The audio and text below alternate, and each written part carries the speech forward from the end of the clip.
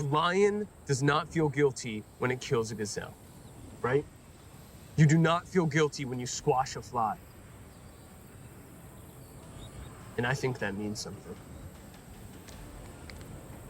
I just think that really means something.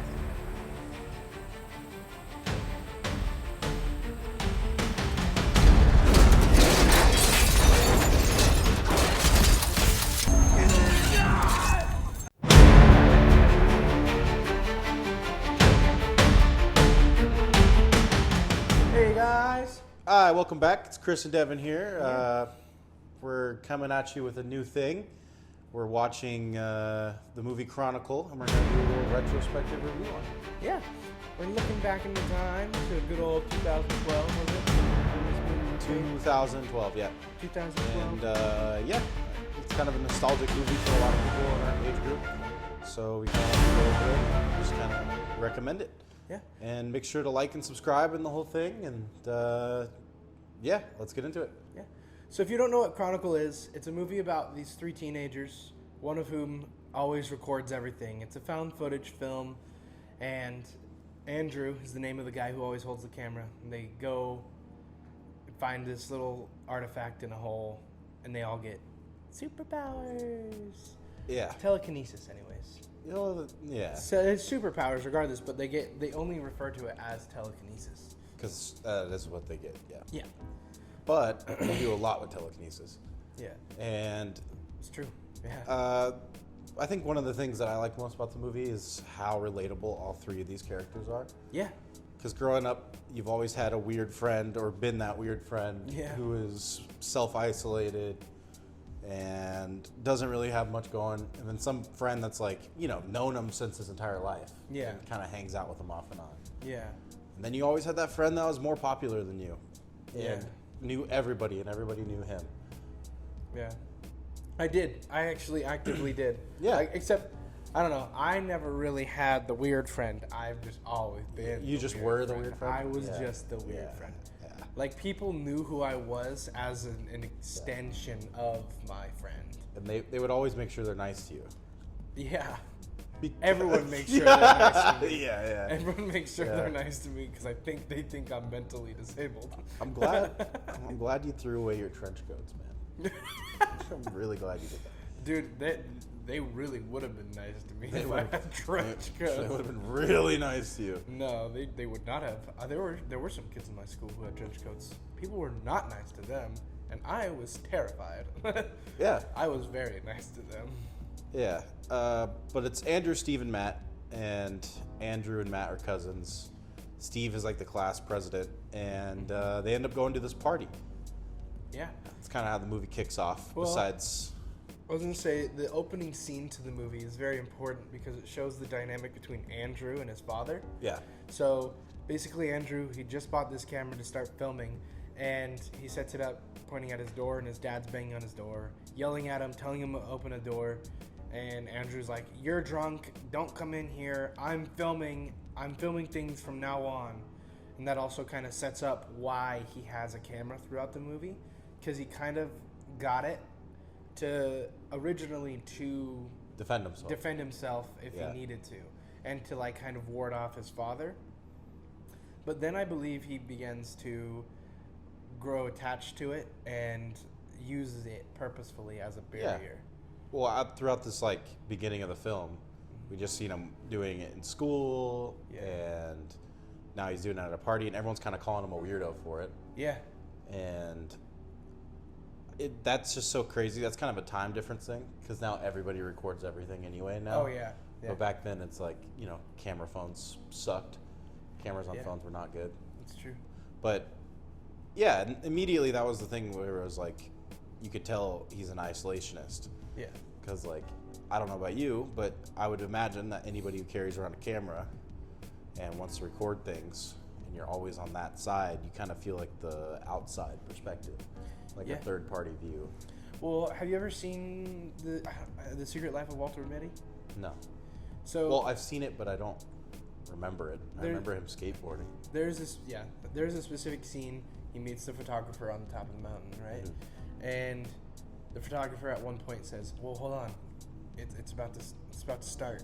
Oh yeah. And the minx or whatever it was, some sort of cat, mountain cat thing, comes out. The lynx. The lynx is probably what it's called. I don't think lynx actually exist. Lynx? Yeah. It's like a zebra thing. Anyway, yeah, you're saying. But it comes out and he just kind of looks at it and he kind of backs away from the camera. And then that's when Walter Mitty is like, "Oh, aren't you going to take the picture?" And he's like, "Sometimes the camera is a bigger distraction. I would like to just enjoy this moment." Yeah, I would like soak it in. Yeah. Which, that I feel like is exactly what this is, because the camera is just, it's putting that wall in between you and whoever, because no longer does it feel like a human interaction. Yeah. Whenever anyone's on camera, they immediately get into a different mode. Well, unless you're comfortable being on camera, then eventually you're like, it's just a thing. Right. Well, and even then, it's like most people who are comfortable on camera is because they do it for some sort of entertainment reason. Yeah. And so they do still have to switch that part. Then you become an entertainer. Yeah. But that's the first thing I noticed, and it doesn't help that everyone's like, "Are you recording us? You're a fucking weirdo." Yeah. So I could imagine, it kind of just makes him feel worse because he's already an anxious little weird guy. Yeah. But as they go to the party, Steve you get to see him be a good friend, which is always cool to see. Yeah. And he doesn't know him, but he's like, "Yo, my name's Steve. What's up? Let's go check out this hole in the ground." And I didn't notice it until now, but when they were up into the hole, it starts calling to them. Mm-hmm. Yeah. Which is kind of interesting. What do you mean by calling to them? Like They're actually at the says their hole, names? and they're like, it's saying something. Yeah. And it's like, that's creepy. Oh yeah, you didn't realize that? No, Oh yeah, up yeah. until right now. Yeah, and then But- there's a noise that plays. It basically is just like that really high pitched ringing. Yeah. That plays every time one of them uses their powers too hard. Yeah. I also, when I see found footage films, I immediately assume it's going to be scary.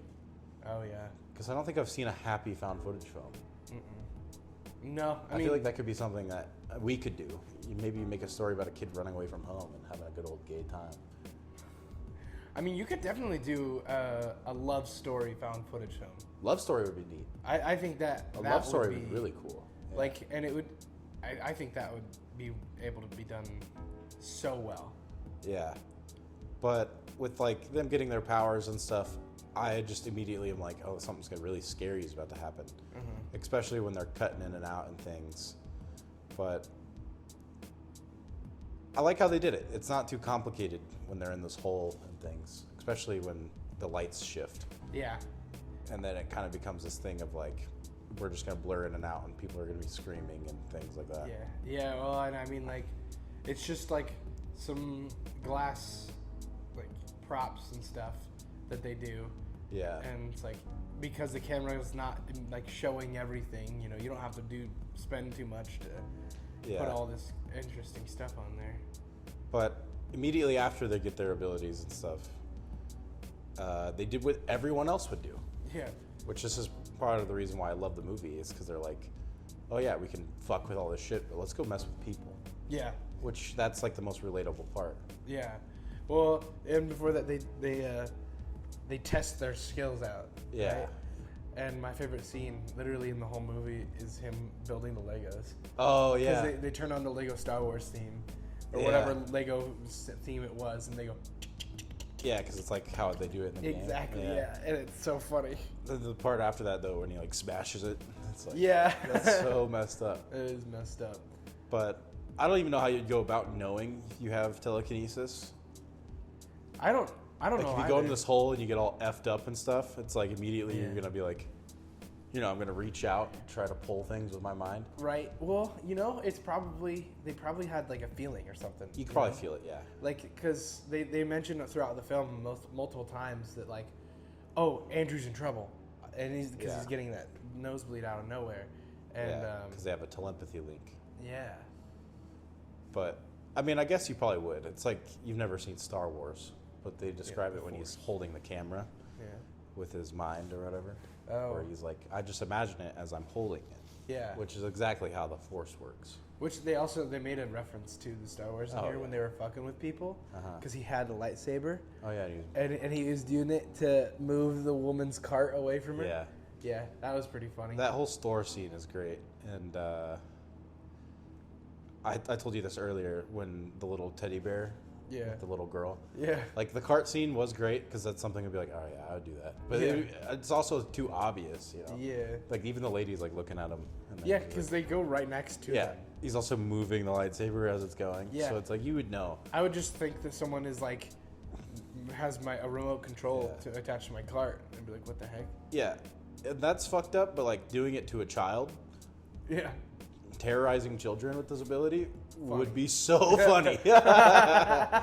Like just being like, oh, it's a teddy bear. Stay in school. Don't do drugs. Yeah.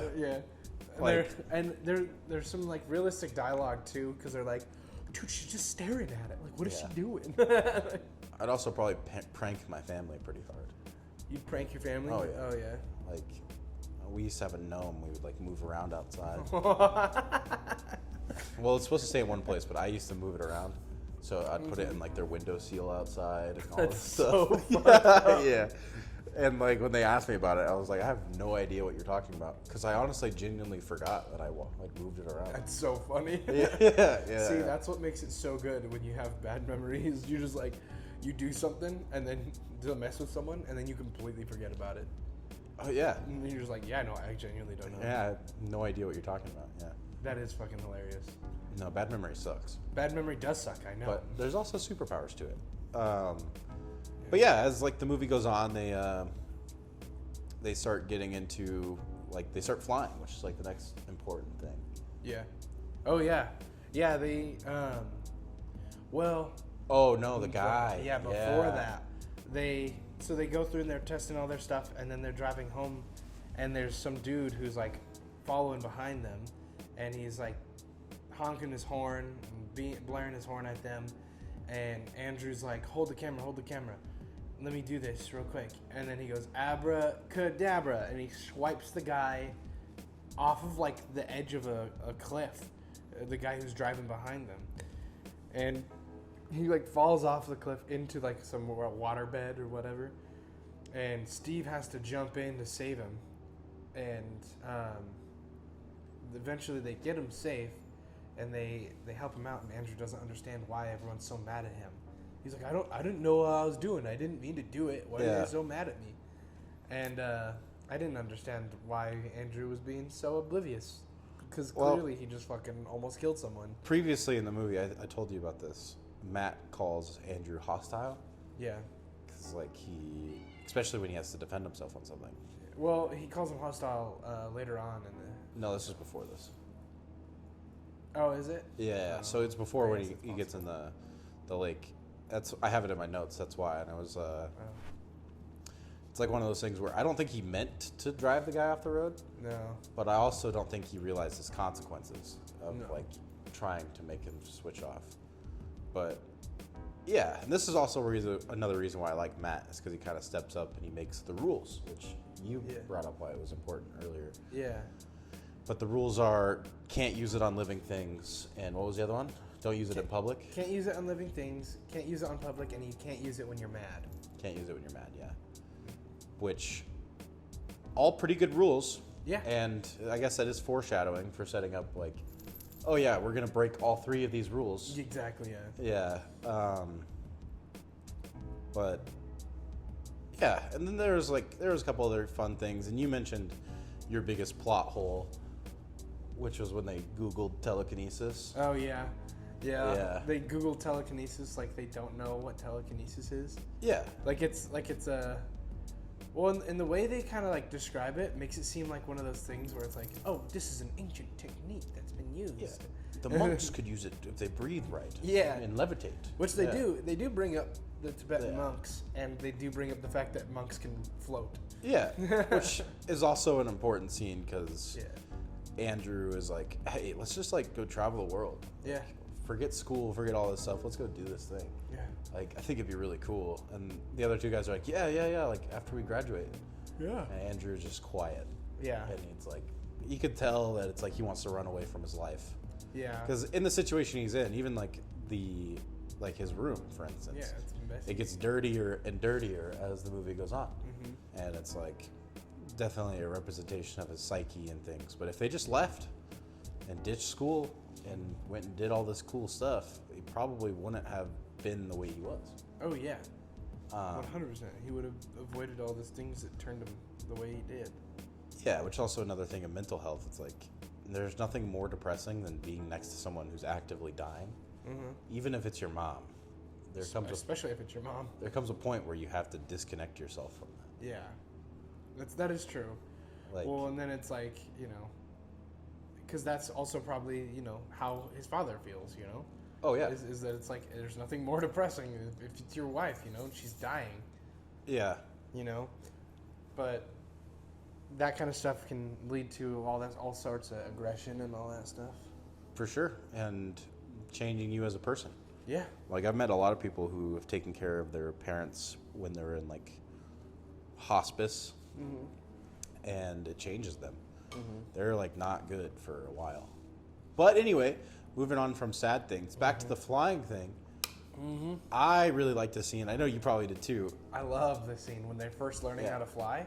because it's so weird looking. It is. Yeah.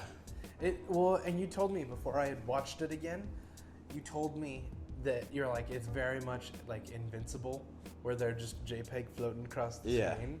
And I was like, nuh-uh. And then I was watching it, and I was like, oh, gosh. Yeah. It's pretty bad when they're up in the sky. Yeah. But the part where they're on the ground first learning, It's really good. it's really cool.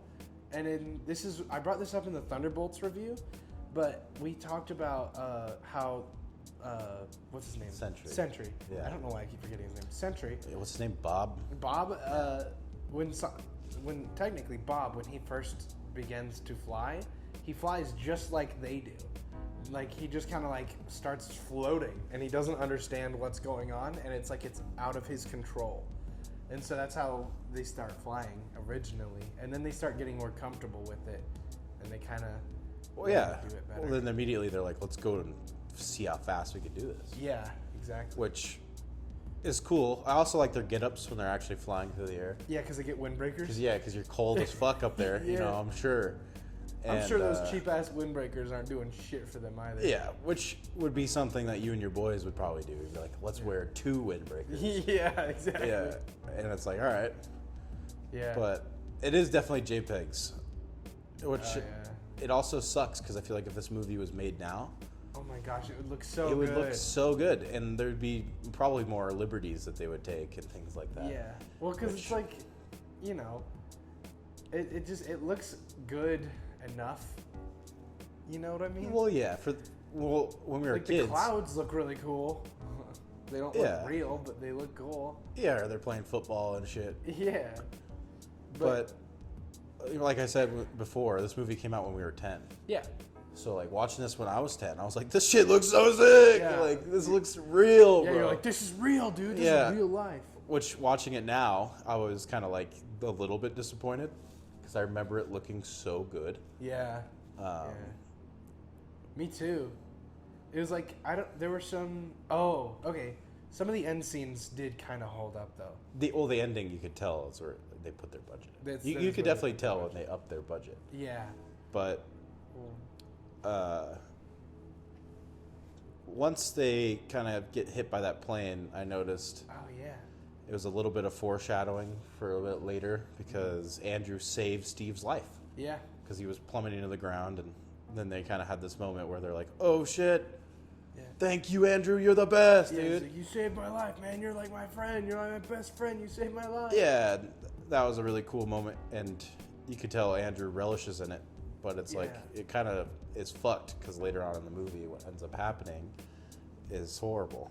Yeah. Well, and there's also another part, and I just noticed it because we're watching it as well. There's a part where, while they're flying through the air, right? Yeah. The camera doesn't feel like a camera, right? I don't know if that makes sense, but like, especially when they start falling and the camera goes into a free fall, that's not how cameras really fall. I don't know if Yeah. you've ever actually seen a camera fall from really high up, but it's very and very wobbly. And this one was just like and very steadily going down and pointing directly where it needed to point. And so it's like that was very clearly not a real camera. But then it cuts to after Andrew has the camera in his hand, and they're going down, and it feels way more real. Yeah. And it's like, and I think it's because they could have very easily done something like that. Buzz off. Davey, what do you want, man? They definitely could have. I also I kind of had a similar thought of when they were up on the roof talking, Yeah. and I was like, what if there was a fourth person? Davey, stop it. Dave. Oh no, Dave! No. Sorry, Dave. But originally I was like, what if there was a fourth person? Obviously that wouldn't make sense, but I definitely kind of did notice that. But it's also, you know, it's a movie, Yeah. so there is a cameraman. Oh, yeah. You know what I mean? Right. So, but the talent show. Oh, yeah. This was another big thing that we thought was cool. Also, probably not even close to how real life, high school talent shows are. I don't think I've seen people do full on bands and with guitar. Really? Yeah. So at my high Casper, school, Wyoming. Yeah. Well, at my high school, we did a thing called Rodstock. Rodstock. Okay. Rodstock Yeah. is what So we did. Woodstock. Yeah. Yeah. And literally every single person in the school, we would go out into the gymnasium or into the big old gymnasium and put blankets out on the floor, and we'd sit down in front of the stage, and there would be people going up with bands, there'd be people going up with their own personal instruments, there'd be people who just go up and are comedians. Yeah. And actually a majority of them were just trying to be funny. Yeah. And then so it very much for me, I was watching this and I was like, oh, that's cool. Imagine if this happened at my school. See, of course you would want, that'd be really cool how they do it. Yeah, The card thing immediately, what an opener. That'd Dude. blow my mind. Yeah, But immediately I'd be like, how'd they do it? exactly. Yeah. But I wouldn't think that they have superpowers. No, I would But- think that they have some sort of string contraption. Yeah, they could slinky it or something. Exactly, yeah. But my school talent show experiences was always really bad. Oh, really? Yeah, because we always had ILS kids and stuff Oh. that would go up and perform a whole song, Oh, gosh. and they did a good job. Yeah. They did a really good job. You know, I had a lot of people. So at my talent shows, Yeah. everyone treated it like it was their big break. you Really? know? Yeah. I get to play at Rodstock. Oh my God. And there was this girl who went up. And I'm so sorry if I went to school with you and this was you. I highly doubt you're watching. But, Yeah. but she went up and she started singing. You're gonna get us sued for defamation, dude. Yeah, right? Well, she started singing, right? And everyone started cheering for her. Mind you, no one in that school booed. No one booed for anybody, even the really bad performances. Because everyone in that school was really nice. Well, on surface level, they were nice. Yeah, as nice as teenagers They're nice enough to not straight up be like, you fucking suck to a disabled person. You know? But there was this there's this girl, she gets up and she sings, and after everyone starts cheering for her, she starts crying. Yeah. Because she's like, I'm good. But she was not good. I mean, she was all right. Yeah. She wasn't a bad singer, but yeah. I guess. Well, that is the High School Musical thing of it all, right? Yeah. I'm gonna go do the talent show, then I'm gonna be recognized by everyone, and blah blah blah blah. I don't know. It just sounds silly. It is silly. The only thing that I wish I could do is juggle like that. Yeah. Right. That's what I would do. Now, I'd do you juggle. think do you think that's a talent that Andrew already had, juggling? No, I think it's his telekinesis. That's his telekinesis. Yeah.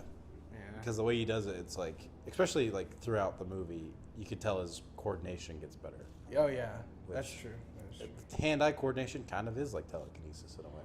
That is true. Yeah. That sounds like pure hubris, but What's hubris, man? Hubris? Yeah. I mean, something that's like just ridiculous. That is hubris, dude. Yeah. That is hubris. Well, it's because like the reason why I think about it is because like playing baseball, right? A fucking ball gets smacked into you, and without thinking, like I'm probably 30 feet away from it, and it's coming to my face like this, or it's around me. Without thinking, I go, "Cup," and I get it. Damn. Just without thinking. It's just I see the ball and I grab it. Damn. But that's just why I think of it.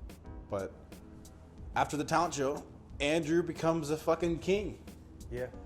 which is what everybody would have wanted. This Yeah. is kind of sad if you already know where it's going, because you're like, oh man, everything's getting so good for him. Yeah. Like he's got this weird goth redhead chick that wants to be up all on him, and Yeah. you're like, everything's getting better. And everyone recognizes him. People Yeah. aren't being mean to him anymore. And Steve's his actual friend, Yeah. and he's a god at cup pong. Yeah, he is, dude. He really is. Beer pong. It's not cup pong. It's the but- same thing. No, it's the iMessage games. It's cup pong. Oh, is it? Yeah. Anyway, but yeah, he's a legend. But Yeah, it is a little distracting covering it up. then it gets really bad because it's like he gets taken to the bedroom and everyone's like, "Oh, bow chicka bow wow!" Like Yeah, Andrew's about to get some, Oh, this part's horrible, dude. and I don't know exactly what the turn of events is. So it's like basically he goes up there, Matt records himself being like, "Oh, I love you, man," and then he gets with the other girl. Yeah. He's like, "Let's get out of here," and they get out. And then Steve is like, "Oh yeah," or Matt has to drop the camera off.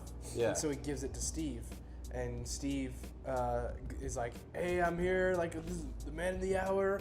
Andrew, he's turning into a man today. Behind those doors, he's becoming a man." Yeah, and then the redhead chick walks out. Yeah, and then you can hear her go, "Ew, you're fucking disgusting. What the fuck?" And then Well, she leaves. She leaves, but as she's walking out, Steve is like, "Oh, is that jism?"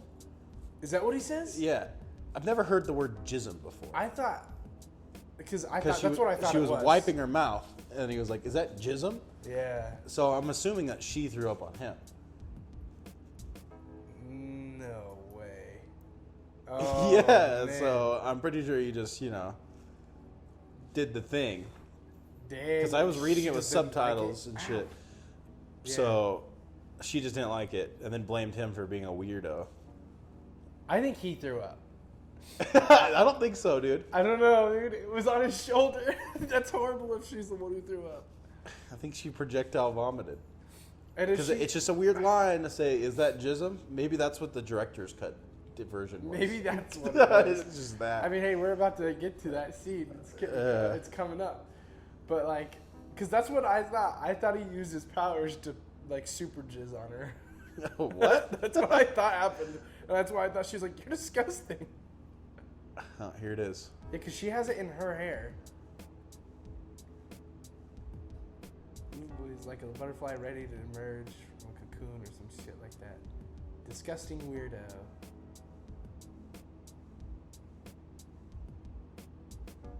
Where does he say? Is that jism? Dude, I swear to God, it was in the director's cut. He does, Dude, is that seriously what they added? See, look, it's on his shoulder. She could have. Oh no, he threw up. It's on his mouth. Is it? Yeah. Dude, now I'm tweaking because I know it says jism in the fucking director's cut. Jism. I swear I've heard it too before.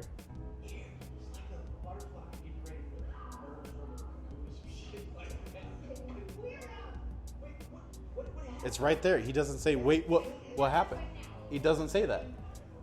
That is a difference in the director's cut. That is, I swear that to God. is different. No, because I don't remember what word he uses, but he says, "Wait, is that?" And then I remember him just not like finishing his sentence. That's crazy. If that's what the 7-minute difference is in the director's cut, It's that jism, is jism, I'm gonna fucking lose it. dude. Why would that be a thing that they decided to add? That's so silly. Oh my goodness. Anyway, we gotta stop talking about jizz Yeah, I know. because we've been on this for a minute. Now we're like doing investigative work. Yeah, I know. We're doing the. I do need to know though, I mean, I'm curious. because now I'm like, Whoa. I also think that that's part of it. That this scene, I don't think that's in the original regular movie. Yeah. Thing is, I don't remember it either. Yeah. That's what's interesting about it. Oh, you're right there.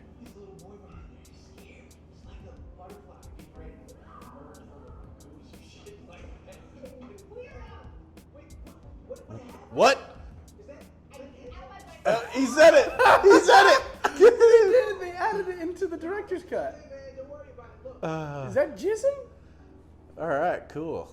You got to hear Michael Jordan say jism. Yeah, but Andrew does have throat on his mouth, so I think that she was giving him head, and he threw up. and he threw up. He went, "Oh, it feels." Because remember, they start mocking him at school. Yeah. And they're like, "Oh, Monica, it's so good." You know. Yeah, can you imagine throwing up and jisming at the same time? Dude, that's an experience. That sounds horrible. Yeah. But then it gets to an important scene, and Yeah. we can talk about it. So immediately after this whole scene, right? Andrew's obviously like, he was at his highest high, and then he just hit his lowest low by throwing up after getting head, and then Yeah. this is Oh, yeah, we gotta turn that off. yeah, but he so Steve really shows his colors. You know, he's really nice. He's so Yeah. genuinely such a good friend in this scene, where he's like, dude, seriously, don't worry about it. Like, it happens to everybody. But he's Yeah. also like, he's laughing, right? Because it's a silly situation. It's like, it's something. It's like, you need to learn to laugh at yourself, man. Like, stop taking things so seriously. Just get over it. It happens to everybody. Yeah. And that's where Andrew is just kind of like, no, and then this is where the hostileness comes in. Yeah. You know? And so he's super pushy. If everything in your life is so serious, Yeah. it's hard for the unserious moments to be Yeah. like that. Exactly. So it's just like, you know, Steve's just having a good time, and he wants Andrew to have a good time, but he's still genuinely trying to be there for him. Andrew pushes him away. Then Andrew goes in this next scene. Well, he ghosts everybody Yeah, he for goes a couple to weeks or everyone, something. And he goes down, I think he's in his basement, and there's a spider crawling down, and this is where Andrew breaks the first rule. And he uses his telekinesis on the spider, and then he splits it up, and he like breaks off all the limbs and everything about it. And then the next scene immediately is his dad finds his camera, his like $500 camera, and gets mad at him and starts yelling at him, and then starts pounding the shit out of him. And Andrew picks him up and throws him against the wall and tells him, he's like, I could crush you. I could crush you. And then throws him across the room. And like, just starts using his telekinesis again. Yeah. So you can see him really starting to go down this divulging path. Well, once you break the rules once, what's stopping you from breaking it again? Right, when you realize there's no like immediate consequence. Yeah. Also, like, what a legend, too. Yeah. To do all this shit while also floating a camera to make sure you get your shots. Yeah, dude, yeah. I gotta make sure I get those spiders splitting it apart. That, and then also like I gotta make sure I record me beating the shit out of my father. Yeah. Or it's like also the nosebleed thing. Yeah. I'd be so mad about that. Yeah, I'd be mad too. Fucking my nose bleeds every time my friends are in trouble. No, this scene right here. Yeah. I think it's because there's a scene earlier on in the movie where Steve is talking about him using his power during sex. Yeah. And so I think that's probably what he was doing. He was using it during. I think he was using it during sex, and that's why he thought that he got the nosebleed. That's why he didn't go and immediately look for Andrew. Oh, that's probably it. Yeah. Yeah. But this next scene is really sad with like, because Andrew flies off and is being emotional, but Steve goes up and finds him because he knows where he's at. He said it was like calling to him, and it's really sad because you're like, man, Steve is such a good friend. Just listen to your bud. Seriously, And yeah. Steve feels like the voice of the audience because he's like, you know, dude, like, why are you talking like this? Why are you being edgy all of a sudden? Yeah. Like, He's like, we're best friends. Like, you're my best friend. yeah. And then Andrew has to hit him with the, you've never been my best friend. You were never my friend before any of this. Yeah, and then he's like, listen to yourself. That's not true. Yeah. Which, what? And it's like, I don't know. It's just sad because it's like he's been convinced by his father that that his friends aren't real friends. Yeah. And when they're genuinely just trying to be there for him. Yeah. And so he's fallen victim to it, and Yeah. and he's letting it control his life. And then Michael B. Jordan gets smited because Andrew can use lightning somehow. Yeah, Andrew starts panicking and getting all Yeah. mad, and then he controls the lightning and strikes Michael B. Jordan or Steve Yeah. with lightning, and then he dies. And then immediate next scene is the funeral, where Which- Andrew is being a little fucking weirdo and recording everything again. Which I thought they did this really well. Yeah, Because, like, the way they did the funeral, it is sad. it is very sad. But And then this part right here, where you see him just staring. Matt staring at him Yeah. because he knows what happened. Oh, yeah, he knows something's wrong. Yeah, And even, like, when he's confronting him, he's still being pretty nice about it. yeah. Because he's like, just tell me what you did. Let's talk about it. Yeah, he's not like, you killed our best friend. Yeah. I'm gonna fight you now. He's more like, hey, dude, I know this is like a new thing to everyone, and like this very easily could have been like something that you didn't mean to do. Yeah. So let's talk about it, dude. Let's please just talk about it. Especially because no matter what, he still loves his cousin. Yeah. So he's like, dude, it's okay. Seriously, But Andrew's too far gone at this point, and it is sad. Yeah. Also, crazy that it's Michael B. Jordan. yeah. Like, That blew my mind. yeah, Michael B. Jordan's best film right here. probably. That's got to be up there. Thing is, I wonder who watched this movie. They're like, oh, he'd be perfect for the Fantastic Four. You know, it's like, ah. But then Probably, yeah. we kind of get another quick, like, retelling of the movie again, which I thought was neat because he visits the hole where they got their powers. Yeah. And then he starts filming the cheerleader girls again. Yeah. And he's just kind of being an actual loner this time. He's back at his lunch eating spot where he eats Yeah. lunch alone. At this part, I could definitely understand Uh-huh. because he gets made fun of. This girl, like, retches at him or whatever. Yeah, they all go. Yeah, they go, and then as he's walking through school, everyone's making fun of him. Yeah, And this is part of the where it's like you got to own the joke. yeah, But then he's like, "Yo, Wayne," yeah. and he rips his teeth out. Ugh. And it's like that part. I was like, "That's so fucked." But how do you not get expelled? Right. Well, and then also, he does this this part that like is sociopath behavior. Yeah. Right, where he sits down in the bathroom in the public stall, and he Yeah. starts talking about it. And Yeah. he's like, "Oh, I used a lasso method to rip these out, and you can tell which ones I got better because this one you can see is all the way down to the root, and these ones broke because I Yeah. got them in the middle." And then he's just kind of like holding these bloody teeth, right? Yeah. And that's sociopath behavior, right? Because he's doing it with no remorse. Yeah. For And- sure. And so that's very much where like this is like very serial killer vibe, very school shooter vibe. Yeah, which is probably everyone's biggest scene. I've seen this a lot. Is when he's in the junkyard, and we clowned on this pretty hard earlier. Yeah, because it's 'Cause- fucking cringe. Yeah, but it is getting into that sociopathic behavior of like believing your delusions. Yeah.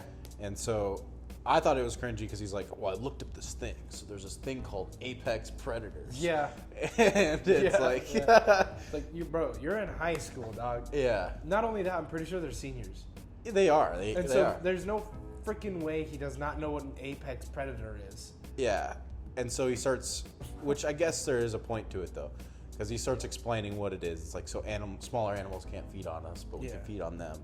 But then he starts going on. He's like, we just have a higher in the hierarchy, but that's why we don't feel bad when we crush a fly. Yeah.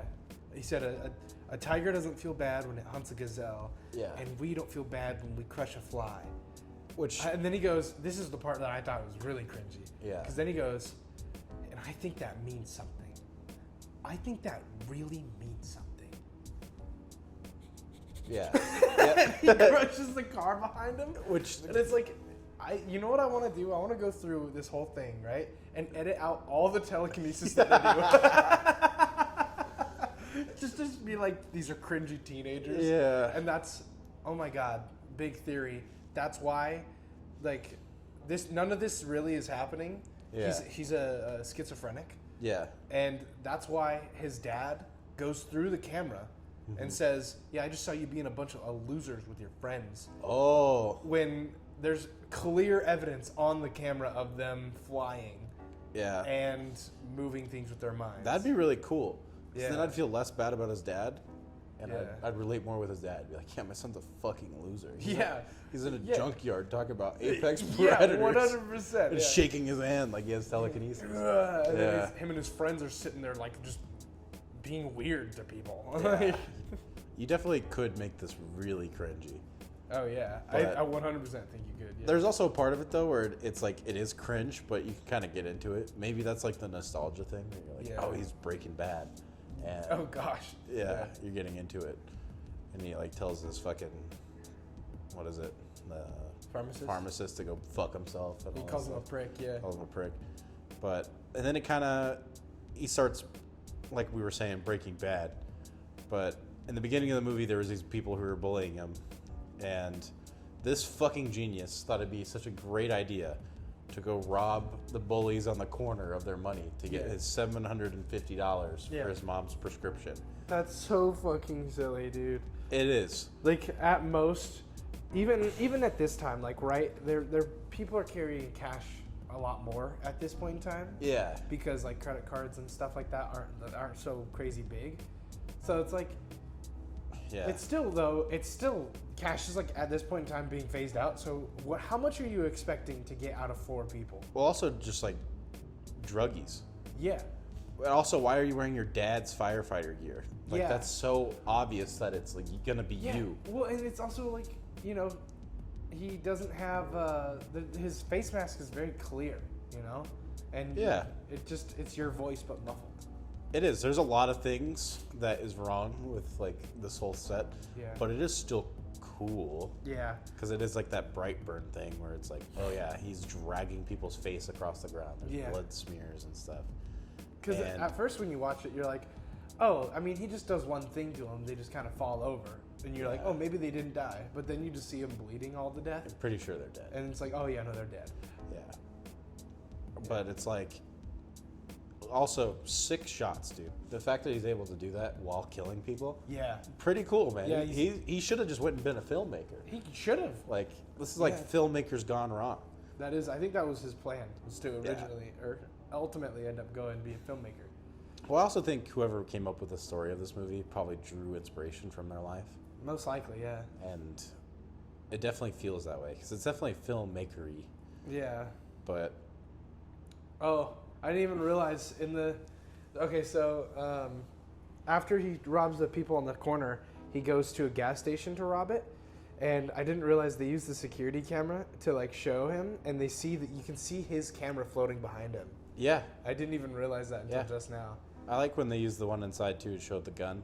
And Yeah. he deflects the shotgun. Oh, right into a Yeah, fucking propane tank. and this is where you know he's gonna become fucking bad. Yeah. Because if you're on fire like that, Yeah. like third degree burns turn Well, people into Darth Vader. Hey, That's you just know how it goes. that is true, but Yeah. you know that he's safe because of the fireman suit. Oh He's wearing yeah. the firefighter suit. No, that doesn't make sense. It's like a beekeeper suit. You know? You That- can just walk yeah. into a fire with those things on. Easy. Yeah. No, he's fucked up afterwards. Oh yeah, no, Yeah. he's messed up. He's burnt to a crisp in a hospital room. Just rookie move though. Yeah, Like I know that you're probably scared because you don't know you could deflect bullets quite just yet, yeah. but you could have done anything else. Seriously, yeah. Yeah. Just like grabbed the shotgun from him. That guy in the cashier was also ready. Yeah, He looks like he was giddy about this. He was Yeah, like, "Oh, he- I'm gonna go shoot this guy with buckshot."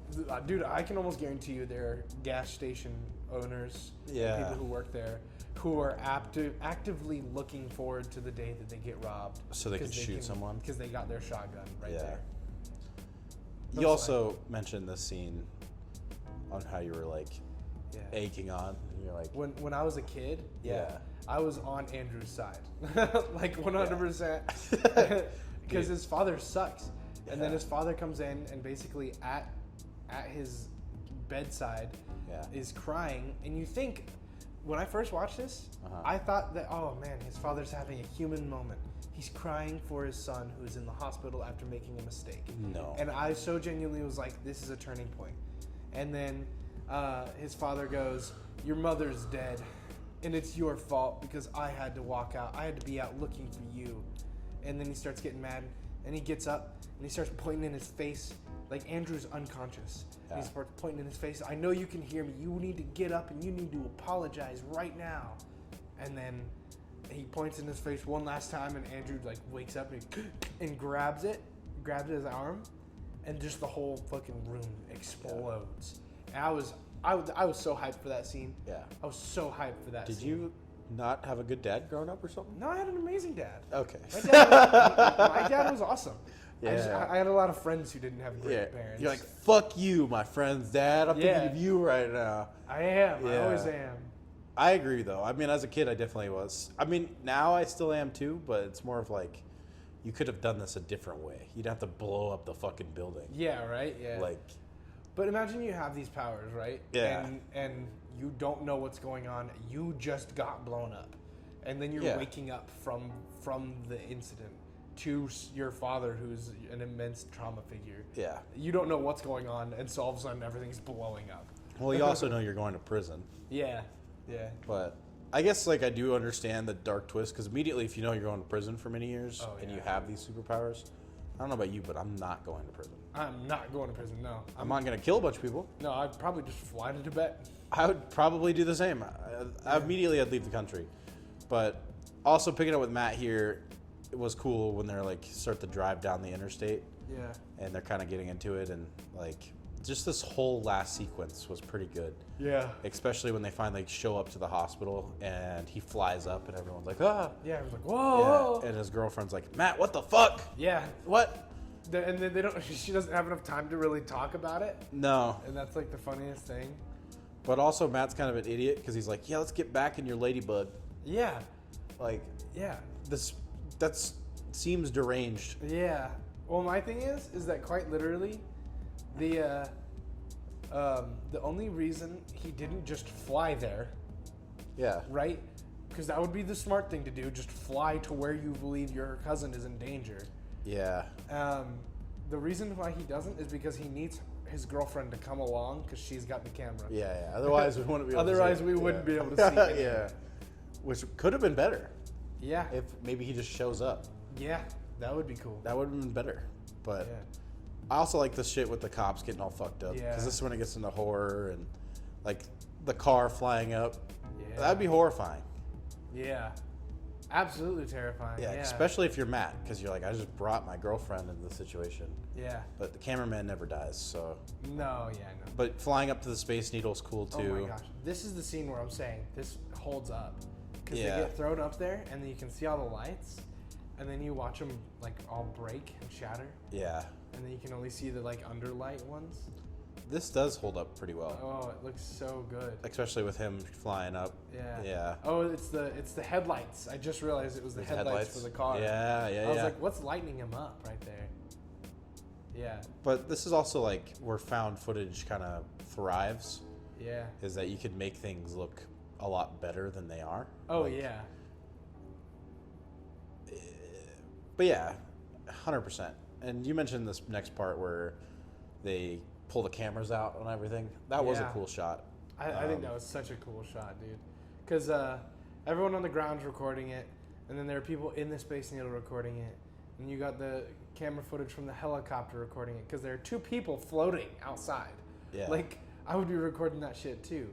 One of them looks like he's about to fucking absolutely blow everyone up. Well, I like how he's geeking. Yeah, It looks like he's on Fent. Yeah, he's doing the Fent. doing a Fent zombie. Yeah. Yeah. And then he literally shatters all the glass and then pulls everyone's camera, phone, and like camcorder out and He's just surrounds a, himself. just a videographer to the end. Yeah, dude. This Hey, guy is I obsessed with fucking cameras. respect it, bro. I respect Yeah. it.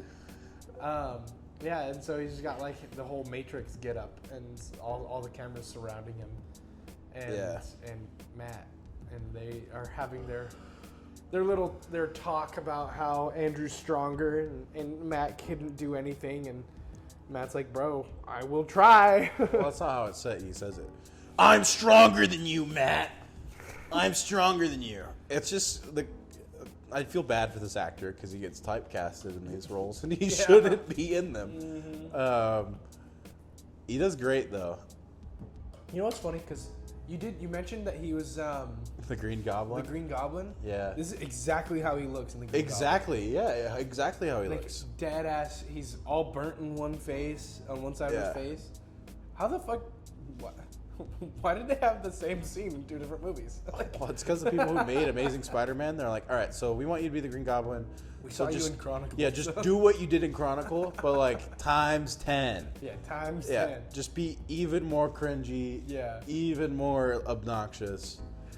But Oh my God. their whole fight throughout the city with different cameras was pretty cool. Yeah. Oh yeah, and through the buildings and stuff. Yeah, through the buildings and then security cameras of banks and things like that. I thought that was really neat. Yeah. Which, these scenes, this one was funny. They're just throwing cars at each other. Yeah. Very invincible. But they, Oh. Yeah, that's an apex predator. yeah, that's an apex predator right there. Getting taken out by a lamppost. Yeah. Here's the thing that, like, I think a lot of superhero movies do, where they, like, kind of forget that they're humans, right? Because it's like, yeah, they're telekinetic, but that doesn't make their skin stronger. No. That doesn't make their heads reinforced. They did say, though, that because he slams a fork into Matt's hand, Oh, yeah. and it's because they subconsciously put a barrier around themselves. Oh, that does make sense. I forgot about that, yeah. Yeah. Because I was going to say, just like watching him like blast through buildings and not die immediately is crazy, but it makes a lot more sense now. Yeah. Yeah. That's cool, dude. It's like Satoru Gojo. Yeah. It's exactly Oh, the same. yeah, it's the infinity technique or whatever. Yeah. Yeah. Well, then, Matt, throughout the whole thing, by the way, is always trying to get the cops to calm down and, like, not shoot at... Yeah, when either they of take them. his finger off here. Oh, yeah, they shoot his finger off? Yeah. Oh, gosh, dude. That was messed up. Yeah, it just shows how good of a Matt is as a person. Yeah. Because immediately he's not like, all right, fuck you, kills everybody. Yeah, exactly, yeah. But it also shows that he's not as good as Andrew is. yeah, Because Andrew he deflected bullets, and he can do all that stuff, but Matt, he got actively shot, but he was able to stop it. Still. I haven't also spent enough time in Seattle to like recognize any of these places if they're actually like real places or not. Yeah, like the statue here? Like I've been there a lot. I did see it looked like a Seattle Saunders poster, but I'm not sure if it was actually filmed there or not. I'm assuming it probably was. I don't know.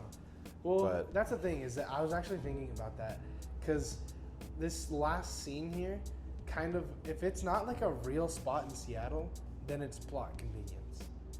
Yeah, If it is a real spot in Seattle, it's still plot convenience, but it's like, at least it makes sense geographically. Yeah. As opposed to them just adding the statue here, which becomes insanely important. Because. Yeah. Because yeah. Because hold on, I'm thirsty. Because hold on. Because hold on.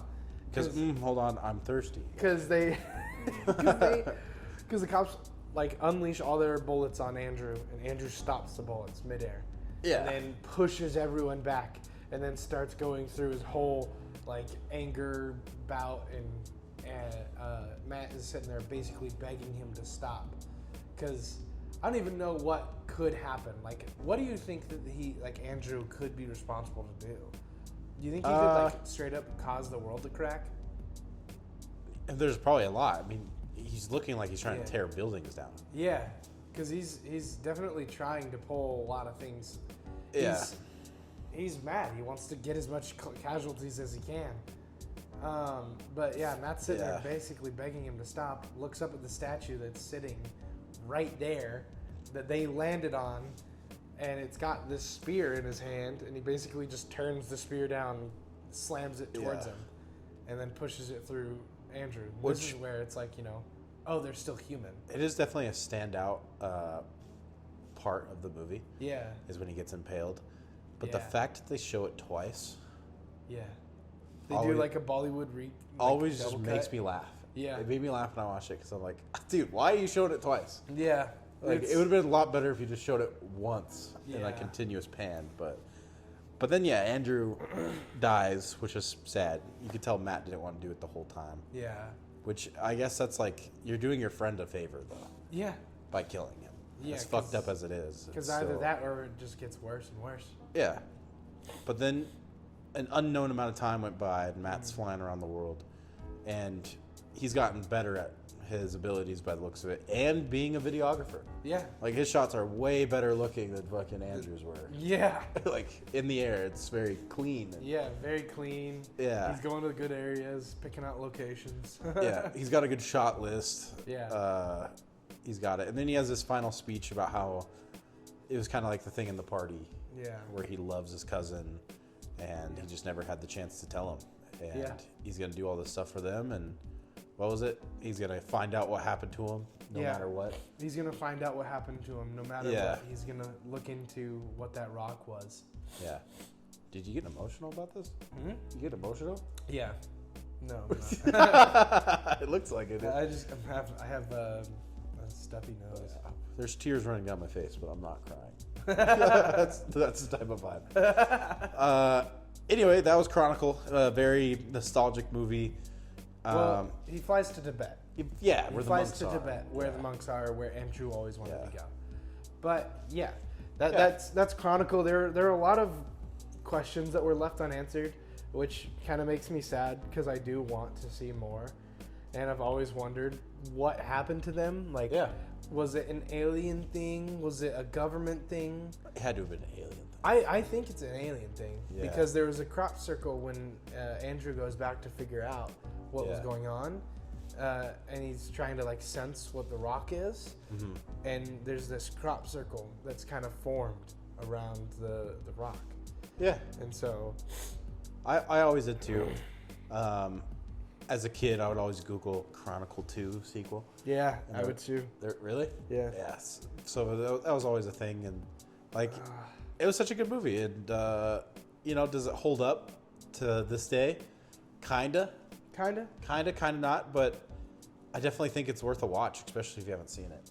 Oh yeah, I mean, I think that if you haven't seen it, and you've seen like all these other cool superhero movies, don't think of it as a cool superhero movie. Think of it as like A cool found footage film. footage movie. Yeah, Yeah, because that's what it is. It's a Yeah. found footage movie. It's not about their powers. It's about the camera. It's about their friendship and their and friendship. things like that. Yeah. But yeah, that's Chronicle. I think that's all I got to say. Yeah. Thank you, everybody. Make sure you like and subscribe to the whole thing, or don't care. See you later, guys. All right. Bye, guys.